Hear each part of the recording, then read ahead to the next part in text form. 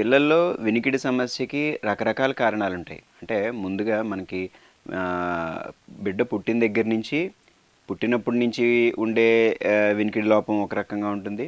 అలాగే వాళ్ళు పెరిగే కొద్దీ వయసు పెరిగే కొద్దీ ఏదైనా వేరే రకరకాల ఇతరత్రా సమస్యల వల్ల కూడా వినికిడి లోపం వచ్చే అవకాశం ఉంటుంది. అలాగే కొంతమందికి ఈవెన్ మదర్ అంటే ప్రెగ్నెన్సీ అప్పుడే కూడా బేబీ గర్భంలో ఉన్నప్పుడు ఏదైనా ఇన్ఫెక్షన్స్ అవి వస్తే మదర్కి దాని వలన పిల్లలకు కూడా వినికిడి లోపం వచ్చే అవకాశం ఉంటుంది. సో వీటి కోసమే మనం ఏంటంటే మనము అసలు ఎందువలన వచ్చింది అనేది ఐడెంటిఫై చేయాలన్నమాట. అంటే ముందుగా నేను చెప్పినట్టు ఒకటి జెనెటిక్గా అంటే హెరిడిటరీగా ఆల్రెడీ జీన్ డిఫెక్ట్స్ వల్ల కొంతమందికి ఈ చెవిలో ప్రాబ్లం అనేది రావచ్చు.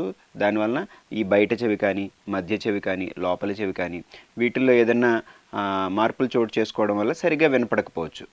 అయితే ఇది అందుకే దీనికోసం ఇప్పుడు ఈ మధ్య అందరూ కూడా పుట్టిన వెంటనే బేబీకి స్క్రీనింగ్ అనేది చేస్తారనమాట. దాన్ని నియోనేటల్ స్క్రీనింగ్ అంటారు ఫర్ డెఫ్నెస్ అనమాట. సో ఇందులో కనుక మనకి ఖచ్చితంగా ఏదైనా ప్రాబ్లం ఉంటే వెంటనే ఐడెంటిఫై అయిపోతుంది. సో ఇలాగా ఎప్పుడైతే మనం ఐడెంటిఫై చేసామో దానికి ఏదైతే కారణం ఉందో ఆ కారణాన్ని బట్టి ట్రీట్మెంటు చేయడం జరుగుతుందన్నమాట.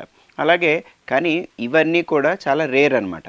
అంటే సహజంగా రెగ్యులర్గా మనము పిల్లల్లో అంటే ఒక కొంచెం వయసు వచ్చాక 5 నుంచి 6 సంవత్సరాలు లేదా 10 సంవత్సరాలు ఈ వయసు వచ్చేటప్పటికి కొంతమందిలో ముందుగా ఉండదు, కానీ తర్వాత ఈ వినికిడి లోపం అనేది వస్తుంది. వీళ్ళని మనం చూసుకుంటే కనుక ఇవి ఎక్కువగా వచ్చే సమస్యలు అనమాట. అంటే 100లో 70 మందికి ఇవే ఉంటాయి. ఇవి ఎందువల్ల డెవలప్ అవుతాయి అంటే మనకి ముక్కులో కానీ లేదంటే గొంతులో కానీ ఏదైనా సమస్యలు ఉన్నప్పుడు, అంటే తరచూ జలుబు చేయటం, ముక్కు బ్లాక్ అవటం, ఈ జలుబు చేయడం వల్ల చెవులు మూసుకుపోయినట్టు ఉండడం, దీనివలన తద్వారా చెవిలో నుంచి ఇన్ఫెక్షన్స్ అవి వచ్చి చెవిలో యొక్క ఇయర్ డ్రమ్ అంటే మనం కర్ణబేర్ అంటాం, కర్ణబేర్కి చిల్లుబడి దాని ద్వారా వినపడకుండా పోవడం అనమాట. సో ఇటువంటి సమస్యలు అనేవి చాలా సాధారణం.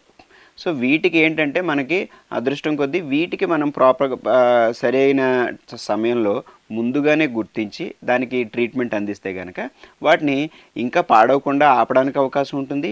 అలాగే పోయిన వినికిడిని కొంతవరకు తిరిగి తీసుకొచ్చే అవకాశం ఉంటుంది.